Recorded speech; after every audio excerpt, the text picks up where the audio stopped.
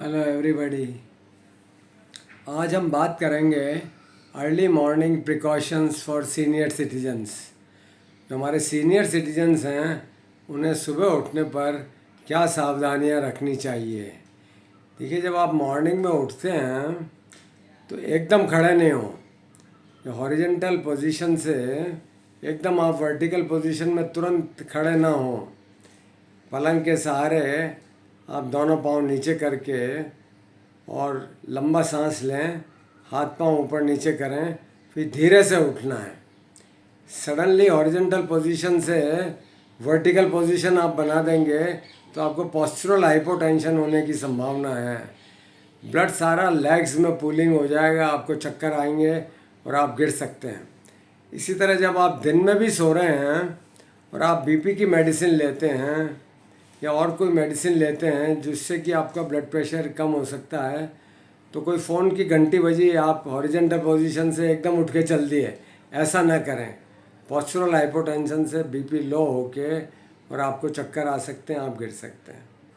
तो never do sudden change of posture from horizontal to vertical position.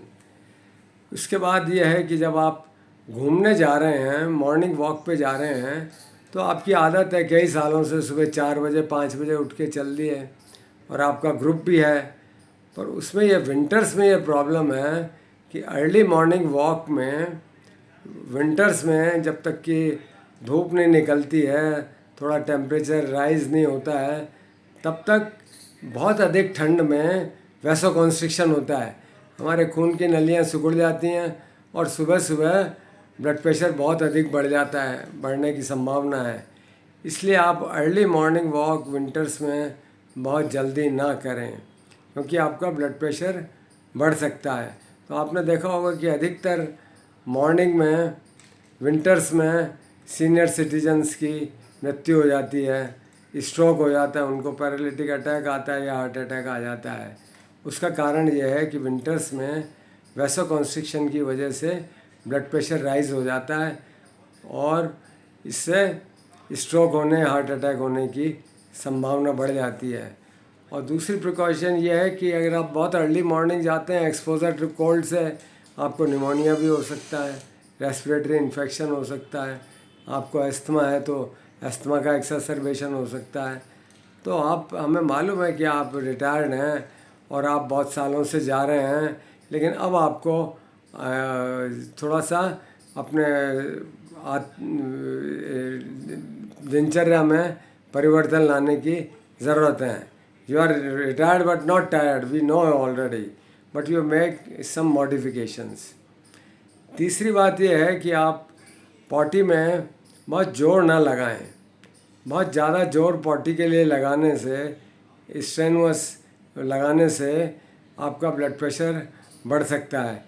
तो better ये है कि आप कॉन्स्टिपेशन अगर आपको है और पॉटी में बहुत ज़्यादा जोर लगाना पड़ता है, तो उसके लिए आप कॉन्स्टिपेशन को अवॉइड करें और आप हाई फाइबर डाइट लें, जिसमें कि पत्ते वाली सब्जी, सलाद, फलियां और फल ज़्यादा हों, और आप पानी 2.5-3 लीटर पी लें। तो ये आपका जो है कॉन्स्टिपेशन में आपको मदद करेगी।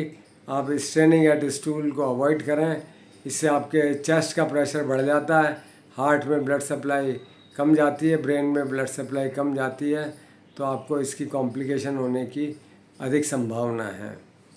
एक बात यह है कि आप वॉक करने से पहले, मॉर्निंग वॉक से पहले, आप अगर एम्प्टी स्टमक हैं और आपने कुछ नहीं खाया है और बहुत स्ट्रेनुअस फिजिकल एक्सरसाइज कर रहे हैं, तो आपको हाइपोग्लाइसीमिया, लो ब्लड शुगर होने का चांस अधिक है।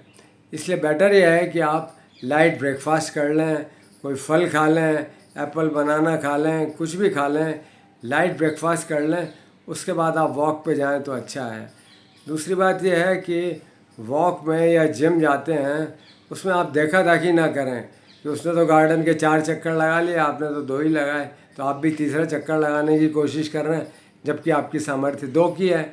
तो आप 2 के बाद बैठ जाएं और लंबा सांस लें, हाथ पाँव को चलाएं, डीप ब्रीथिंग एक्सरसाइज करें, उसके बाद 1 चक्कर और लगा लें।